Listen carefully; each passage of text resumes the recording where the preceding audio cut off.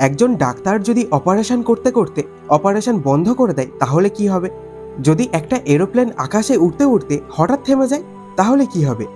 উত্তর হলো, তারা সবাই নিজের উদ্দেশ্য পূরণে ব্যর্থ হবে।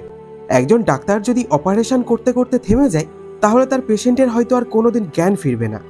একটা প্লেন যদি আকাশে উড়তে উড়তে থেমে যায় তাহলে সেটা ক্র্যাশ হয়ে যাবে, আর সেই প্লেনে বসে থাকা কোনো প্যাসেঞ্জার তাদের গন্তব্যে পৌঁছতে পারবে না। এই দুনিয়াতে সবাই একটা নির্দিষ্ট উদ্দেশ্যে সামনের দিকে এগিয়ে চলেছে। এই পৃথিবীতে যেই স্থির সেই মৃত। তারা প্রত্যেকেই যদি নিজেদের শুরু করা কাজ শেষ না হওয়া পর্যন্ত অবিরত সামনের দিকে এগিয়ে যেতে পারে, পরিশ্রম করে যেতে পারে, তাহলে তুমি পড়াশোনা শুরু করে পরীক্ষার আগে কিভাবে থেমে যেতে পারো, কিভাবে ডিমোটিভেটেড হয়ে যেতে পারো? শুরুই যখন করে দিয়েছো তাহলে শেষ না করে থেমে যেও না। নিজের স্বপ্ন নিজের দায়িত্ব পূর্ণ না করে থেমে যেও না। সারা বছর হয়তো তুমি দিনে 2-3 ঘন্টা করেও পড়োনি, কিন্তু এখন থেকে যে কটা দিন, যে কটা মাস এক্সামের জন্য বাকি আছে, নিজের কাছে প্রমিস করো এই কটা দিন দরকার হয় তুমি 8 ঘন্টা করে পড়বে, দরকার হলে 12 ঘন্টা করে পড়বে। নিজের সমস্ত শক্তি লাগিয়ে দেবে। আর নিজের কাছে আজ থেকেই সংকল্প নাও, এই কটা দিন তুমি যে কোনো বাধাকে কোনো বাধা বলে মনে করবে না।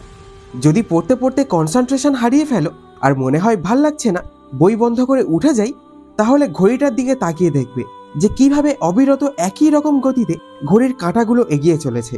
আর ভাববে, ঘড়ির কাঁটাগুলো যদি চলতে চলতে কখনো থেমে যায় তাহলে বাস্তবে সেই ঘড়িটার কি কোনো মূল্য থাকবে? তেমনি আমাদের প্রত্যেকের ধর্ম ও কর্ম হলো সামনের দিকে এগিয়ে চলা। মাঝ রাস্তায় থেমে যাওয়া মানেই দুর্ঘটনা, উদ্দেশ্য পূরণে ব্যর্থ হওয়া। পড়তে বসে যদি চোখে ঘুম চলে আসে তাহলে নিজেকে নিজেই একটা জোর করে চিমটি কেটে বলবে, কাজ এখনো শেষ হয়নি। পড়তে পড়তে যদি ইলেকট্রিক চলে যায় আর যদি পড়ায় অসুবিধা হয় তাহলে মোমবাতি কিংবা এমার্জেন্সি লাইট জ্বালিয়ে পড়বে।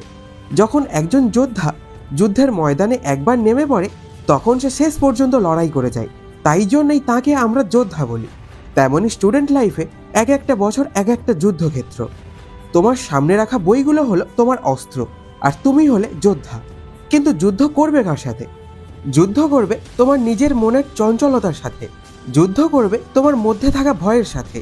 কিভাবে এই কটা দিনের মধ্যে সিলেবাস শেষ করবে সেই ভয়ের সাথে, এক্সামে খারাপ রেজাল্ট করার ভয়ের সাথে। যুদ্ধ করবে তোমার মধ্যে থাকা অলসতা এবং খারাপ অভ্যাসের সাথে।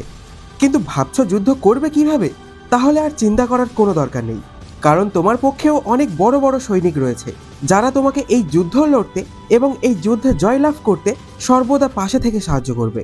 তোমার পক্ষে আছে জেদ নামক মহান সৈনিক, তোমার পক্ষে আছে ইচ্ছা শক্তি নামক মহান সৈনিক, এছাড়াও তোমার পক্ষে আছে পরিশ্রম নামক মহান সৈনিক, যাদের সম্মিলিত শক্তির ফল তুমি নামক এই মহান যোদ্ধা। তাই আজকে নিজের কাছে সংকল্প নাও যে পরীক্ষার আগে বাকি এই কদিনে দরকার হলে দিনে 10 ঘন্টা করে পড়ব, 12 ঘন্টা করে পড়ব, কিন্তু মাঝপথে ডিমোটিভেটেড হয়ে যুদ্ধক্ষেত্র ছেড়ে কখনো চলে যাব না।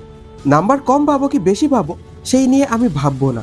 আমার লক্ষ্য শুধুমাত্র একটাই, যতক্ষণ না নিজে সব স্বপ্ন পূরণ করতে পারছি ততক্ষণ পর্যন্ত আমি লড়তে থাকবো, আমি চলতে থাকবো, আমি পড়তে থাকবো।